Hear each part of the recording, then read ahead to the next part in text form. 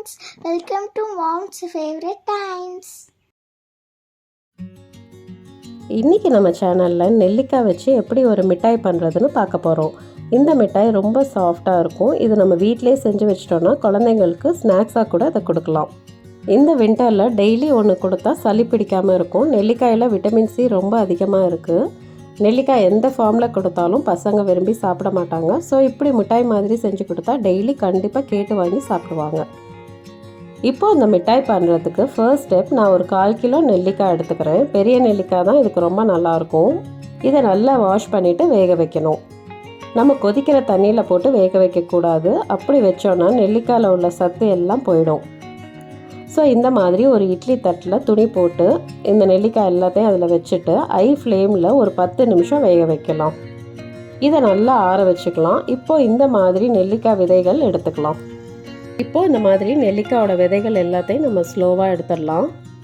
நான் இன்றைக்கி இந்த சைஸ் இஞ்சி யூஸ் பண்ணுறேன். இஞ்சியை நல்லா துருவிட்டு சேர்த்துக்கலாம். நெல்லிக்காய் ஆல்ரெடி வேக வச்சனால அரைக்கும் போது ஈஸியாக அரைப்பட்டுடும். அதனால் இஞ்சியை நம்ம பெருசாக போடாமல் துருவிட்டு போடலாம். உங்களுக்கு இஞ்சியோட டேஸ்ட்டு ரொம்ப பிடிக்கும்னா நீங்கள் இதை விட இன்னொரு பெரிய சைஸ் கூட நீங்கள் எடுத்துக்கலாம். இது எல்லாத்தையும் மிக்ஸி ஜாரில் போட்டுக்கலாம். இப்போ கொஞ்சம் கூட தண்ணி சேர்க்காம நல்லா நைஸாக அரைச்சி எடுத்துக்கலாம். நெல்லிக்காயில் உள்ள தண்ணியே போதும்.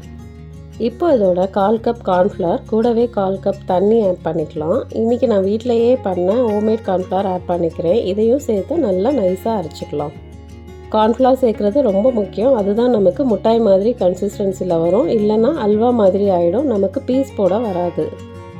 இப்போ ஒரு அடிகனமான கடாயில் இல்லைனா நான்ஸ்டிக் பேனில் 1/4 கிலோ வெல்லம் 1/4 கப் தண்ணி ஆட் பண்ணிக்கலாம். இந்த வெல்லம் தண்ணி நல்லா கரைச்சி விட்டுடலாம்.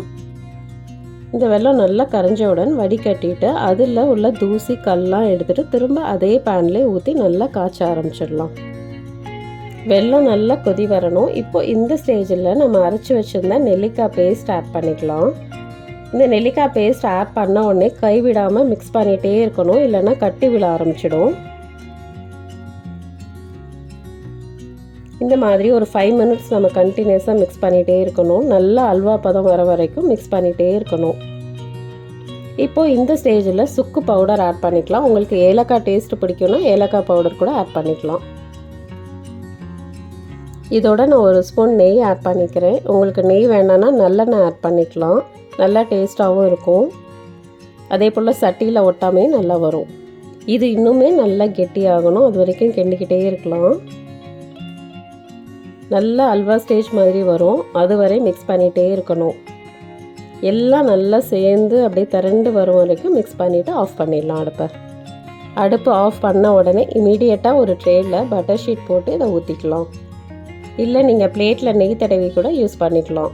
இப்போ ஒரு ஸ்பூனில் நல்லா நெய் தடவிட்டு இதை நல்லா லெவல் பண்ணிக்கலாம். இந்த மாதிரி நல்லா லெவல் பண்ணிவிட்டு இதை அப்படியே 4 மணி நேரம் ரூம் டெம்பரேச்சரில் வச்சுக்கலாம்.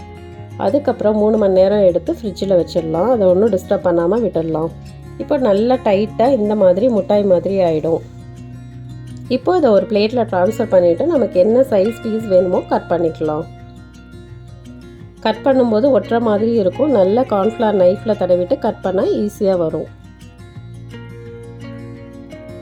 கொஞ்சம் இந்த மிட்டாய் சாஃப்டாக சூயியாக இருக்கும். இந்த ஜெல்லி மிட்டாய் சாப்பிட்ற மாதிரி தான் இருக்கும் இது. ஆனால் ரொம்ப நல்லாயிருக்கும். இந்த மாதிரி எல்லா பீஸும் கட் பண்ணிவிட்டு உங்களுக்கு வேணும்னா இந்த மாதிரி பிளாஸ்டிக் ஷீட்டு இருக்கும் இல்லையா, இதில் நீங்கள் மிட்டாய் மாதிரியே ரேப் பண்ணி நீங்கள் ஒரு பாட்டிலில் ஸ்டோர் பண்ணி வச்சுக்கலாம்.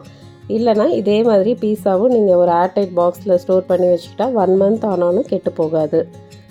நம்ம கிட்ஸ்க்கு டெய்லி ஒன்று கொடுக்கலாம். நம்மளும் இதை டெய்லி ஒன்று சாப்பிட்லாம். நேச்சுரலாகவே விட்டமின் சி நமக்கு உடம்புக்கு நல்லா கிடைக்கும். ஏன்னா இதில் நெல்லிக்காய் நிறையா ஆட் பண்ணியிருக்கோம். அப்புறம் இஞ்சி ஆட் பண்ணியிருக்கனால நமக்கு சளிலாம் பிடிக்காது. ரொம்ப நல்லது. இதே இன்க்ரீடியன்ட்ஸ் வச்சு நீங்களும் ட்ரை பண்ணி பார்த்துட்டு எப்படி இருக்குன்னு சொல்லுங்கள். Thanks for watching, friends. Please like, share and subscribe.